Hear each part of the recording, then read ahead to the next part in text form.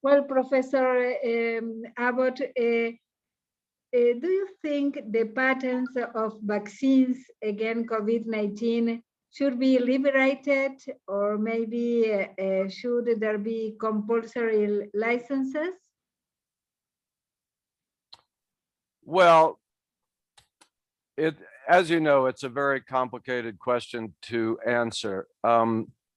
Very early on in the pandemic, Professor Jerry Reichman and I wrote and published an article in the Journal of International Economic Law where we talked about the possibility of creating a global patent pool in which governments and industry would contribute their technology into a pool, which would then be out licensed to the potential manufacturers.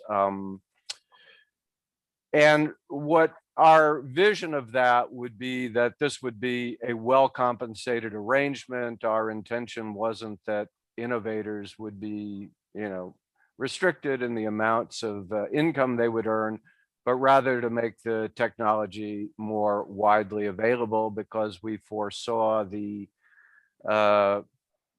constraints on production. So it is important that the technology be diffused. How you go about that is complicated because, as you know, when the pandemic first started, assumptions about what would be needed were difficult, or predictions were difficult to make, right? It could have been a small molecule chemical, which would have been very easy to manufacture, and a simple patent license may have sufficed. We're now aware with the biologic vaccines and the mRNA vaccines that only a license to use a patent is probably not adequate really for anybody to move into manufacturing. You need a more complex technology transfer. So the question of, what should be made available and how it should be made available are more complex than might have been initially contemplated. I hope that's not too long of an answer, but there you go. Yeah, and what is the reaction about your idea of a pool? Well, of course, the WHO, through the intervention of Costa Rica and so forth, had the idea of, voluntary pooling, which back at the beginning, we didn't think that was really going to be effective just because of the history of the way the industry works and governments work. So we thought that more than that would probably be necessary. But if you remember back a year and more ago, the possibilities for international cooperation were very limited, and they remain limited. So there was not, a governmental uptake of our proposal to move forward with it. As I say, WHO, used some modified, different version, the idea of a voluntary pool. And of course, the medicines patent pool now, will be getting some licenses for vaccine technology. So that is in the nature of a pool, but a voluntary pool, and it will, by definition, be limited. So that's where we currently stand. Yeah, some people think that liberating, for example, the patents, that this would be contrary to the motivations of inventors in the future. Do you agree? Well, I think you have to be a little bit careful about how you deal with the system. If you have an arrangement that takes due account, and again, this goes back to our initial assumption, that provides a strong financial motivation for the innovators, that's less likely to have an impact on future research and development and motivation to do further research.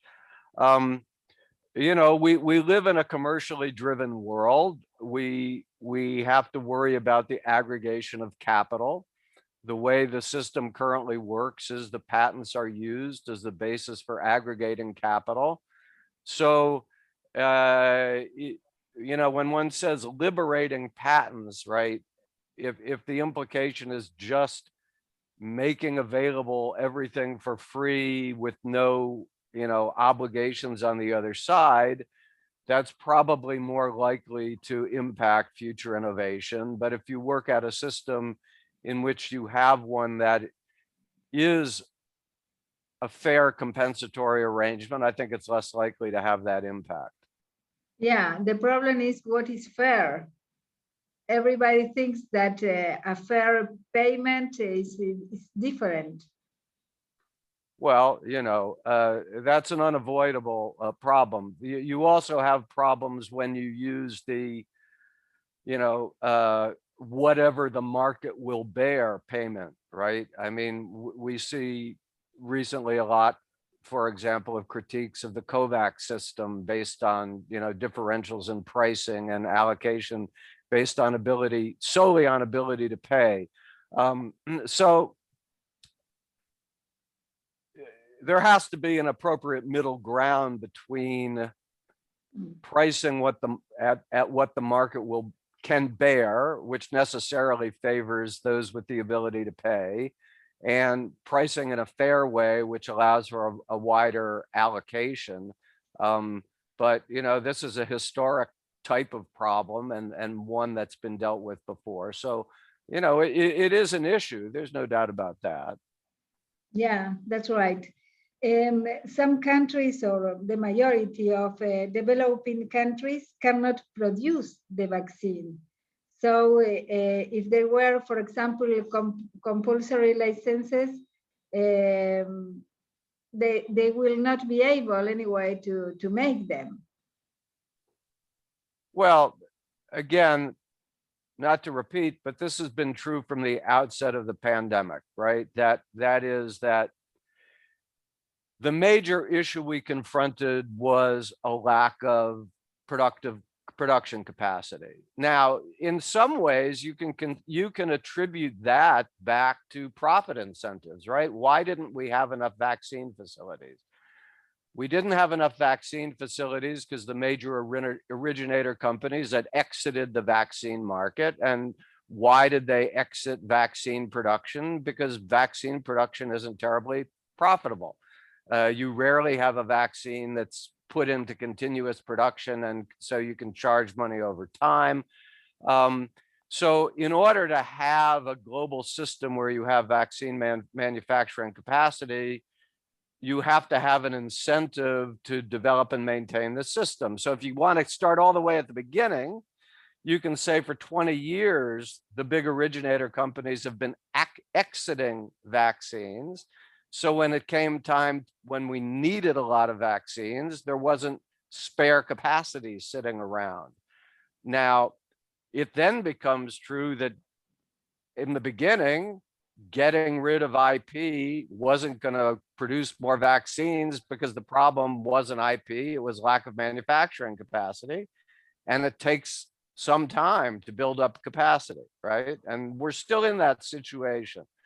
So I don't know how well it translates. It's a bit of a chicken and egg problem, but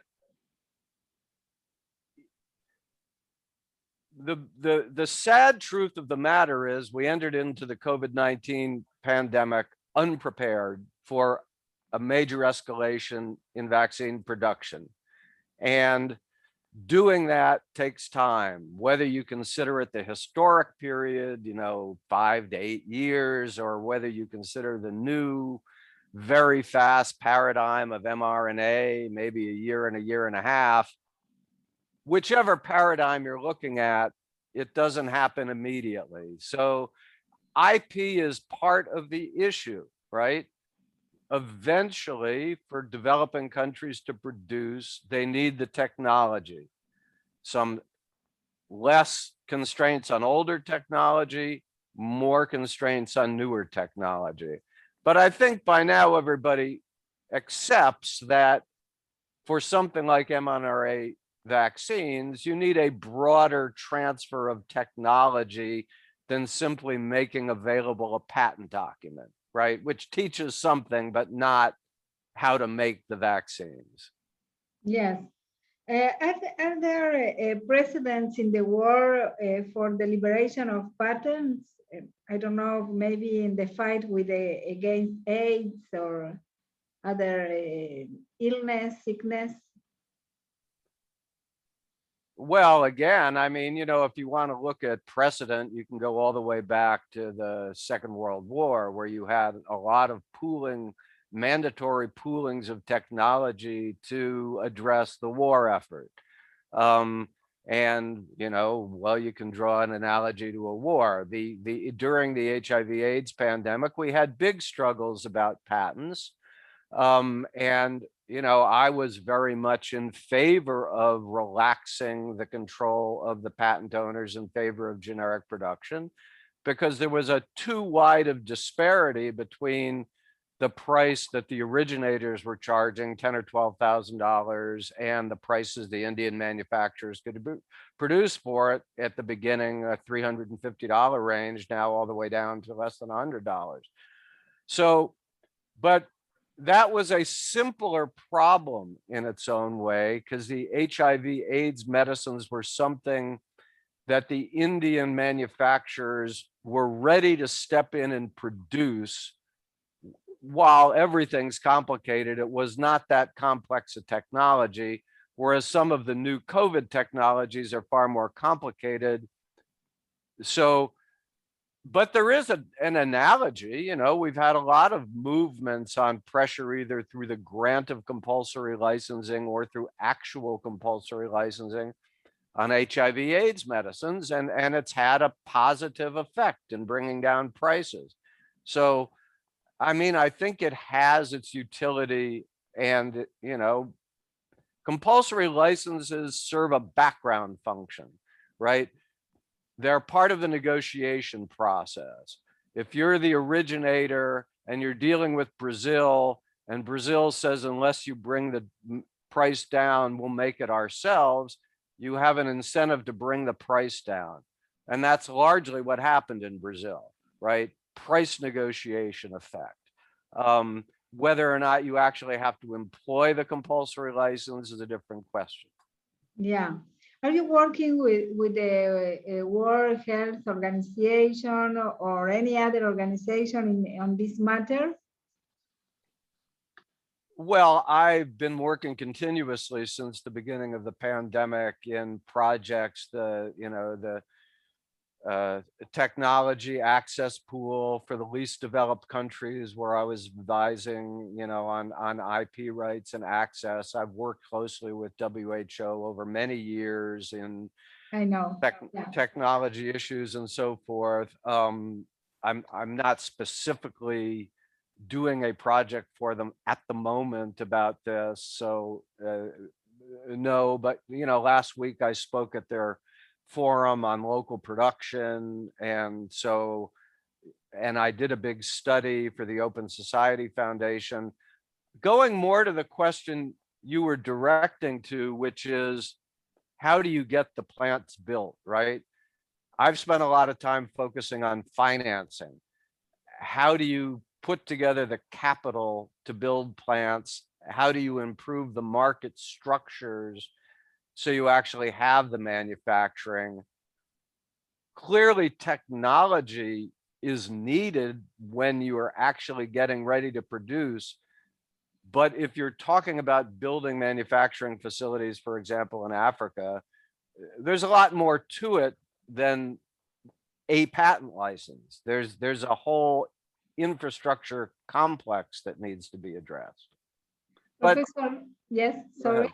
No, tell me, please. But yes, I work for the UN Development Program on, you know, things relating to medicines and access structures and competition law. I've worked for years with the WHO. I'm speaking at the World Intellectual Property Organization, you know, in 10 days or so, about technology licensing and so forth. So I do this all the time, really. Yes, and also in this case about the COVID-19 vaccines, right? Right. Yeah, right. And you're the director of the Global Medicines Council, that's right? Yes. and you work on this organization, what you are saying reflects the position of that organization, of course. That's right? Well, no, I mean, I'm speaking to you as a professor. I mean, I'm Okay. speaking to you in my independent capacity. The member advisors of the Global Medicines Council are, you know, a broad group with, you know, technologists and economists and scholars and so forth. So I'm not speaking to you today on their behalf. I'm also the co-chair of the Global Health Law Committee of the International Law Association and a professor. So I wear quite a few hats, but I'm just speaking to you from my own position. Yeah, I see. And in WIPO also, you That work as a professor, as a Excellent. professor. Yes, Right. thank you for making clear the point. Right now, Professor, there is not much talk in the media about liberating the patents of these vaccines of COVID. Why is that? There is or is not? I think there is not very much. It was in the first of the pandemic, but I don't know, maybe not very much right now. I don't know in the state if there is. Well, again, I'm not directly involved in the effort, right? There are many developing countries led by South Africa and India who are pushing for a TRIPS waiver of IP rights in connection with COVID-19.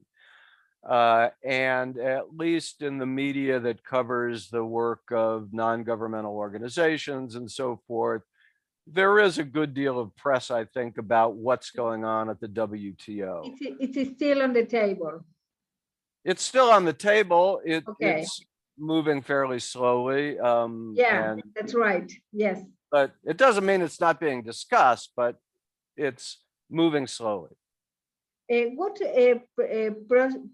procedure should we follow to eventually liberate a patent or the compulsory patent? It's down by the WHO, by the World Health Organization, or what are the steps?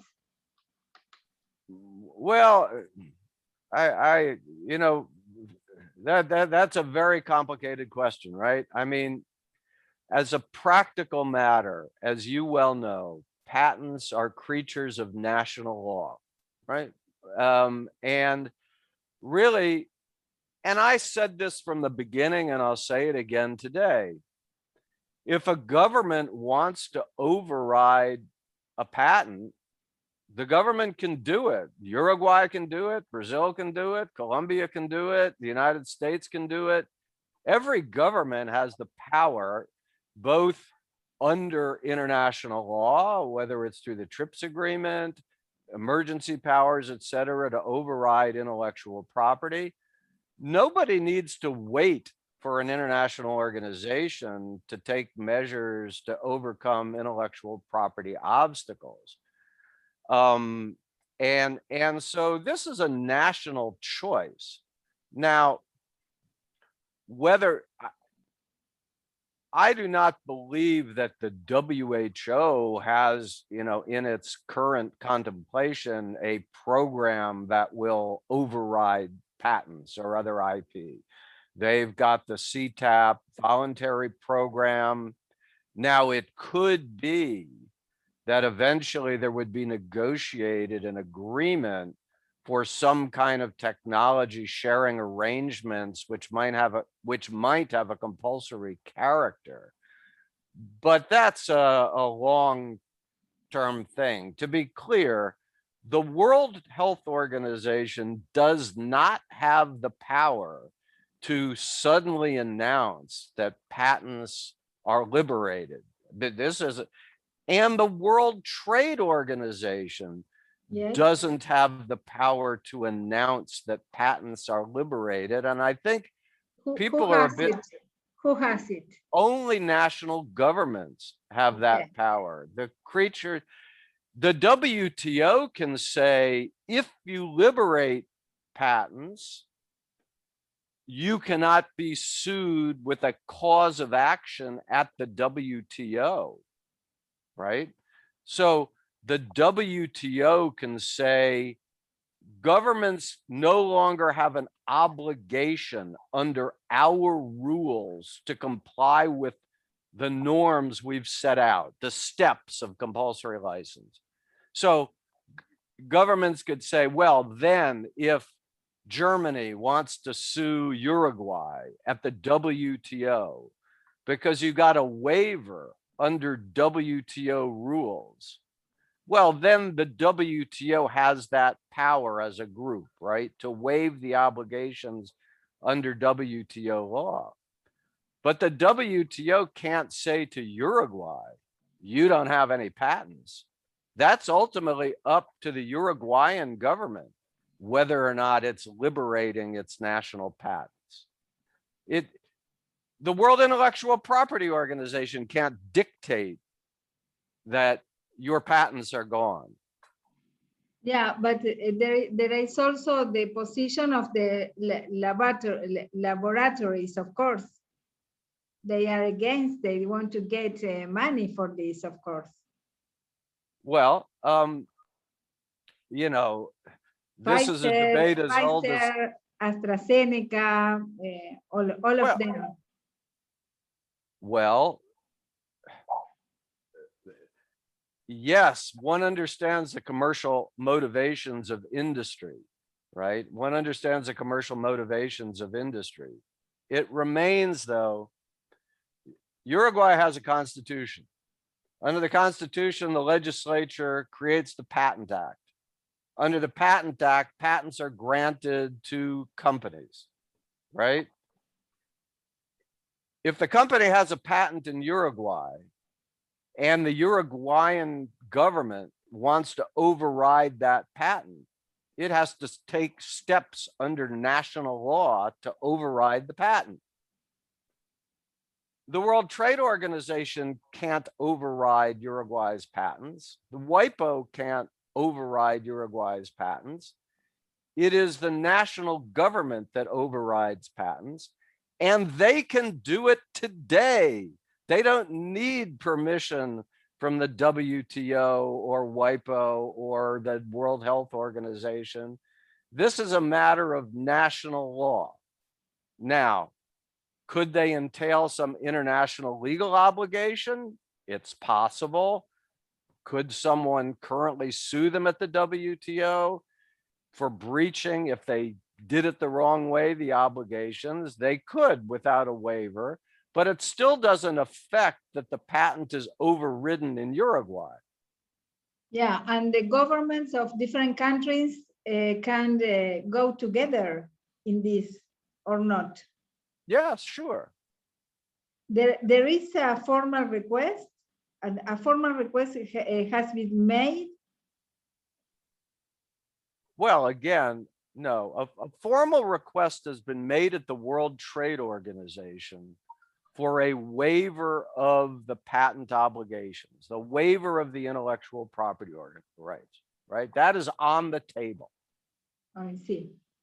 Let's assume that is granted. Let's assume that the World Trade Organization says, we hereby decide that obligations under the TRIPS agreement are waived, okay?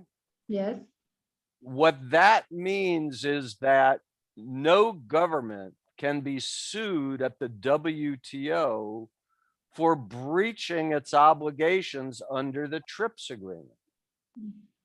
So then a government can go ahead and, as you say, liberate their patents without having to worry about being sued at the WTO. But the government itself has to liberate the patents. It's not the WTO that liberates the patents. I see. Well, what could happen from now on? With the waiver or what? Yes, with the vaccines in the war, with the patents of these vaccines. What do you think is going to happen? Thinking in the Well, I next think year, the end the of the pandemic. the companies are under a lot of political pressure to transfer their technology to developing countries to improve their manufacturing capacity. I think that you are going to have enough pressure that the companies will agree to assist various, call them maybe regional hubs, to establish production platforms using their available technologies, whether they do it voluntarily and say, okay, we're going to go in under a commercial arrangement, but we agree that there will be a joint venture, or we will license the country's manufacturers to produce, or, you know, conceptually that would done through some compulsory mechanism by agreement of the governments.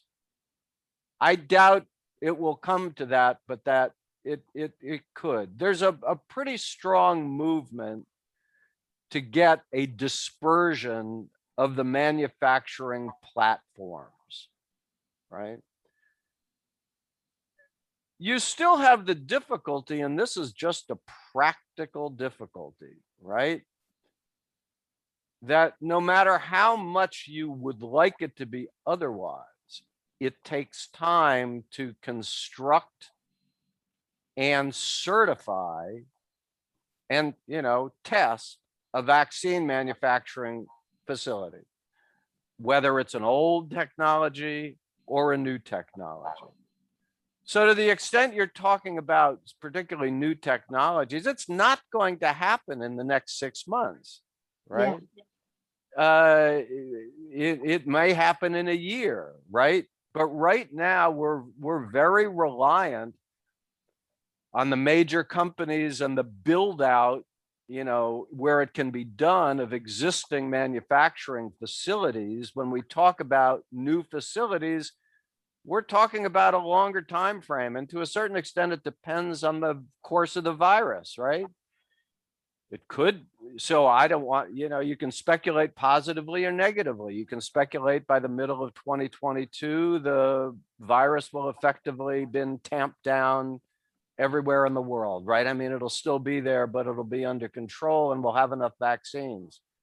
Or there may be new variants and new technologies that are going to drag this on for 3 or 4 years, right? Before it's really brought under control. In an optimistic scenario, you know, by the middle of 2022, you'll largely have enough capacity to have caught up on vaccinating the people who you want to vaccinate. But it could turn out to be much different. It could be it's not going to happen for 3 or 4 years. All of our predictions, I'm very wary of making predictions, right? Because if you go back to the beginning of the pandemic, a lot of the things that everybody predicted turned out not to be true. And so, you know, we're living with an ongoing thing. Yeah, that's right. Well, thank you very much, Professor. Do you want to add something else about this? No, I'm happy to chat with you. You know, as I say, all of this is a rather complex circumstance, which we entered unprepared. Fortunately, we developed some hopeful vaccine technologies, and those are proving to be very useful. But you know, you can't rewrite history and go back and be more prepared. We have to be more prepared next time. Yeah, that's right. Meanwhile, people are dying, so that makes the things more difficult, right? Well, it is extraordinarily difficult, but thank you very much for being with us and for your point of view. Thank you very much. Bye-bye. Thank you.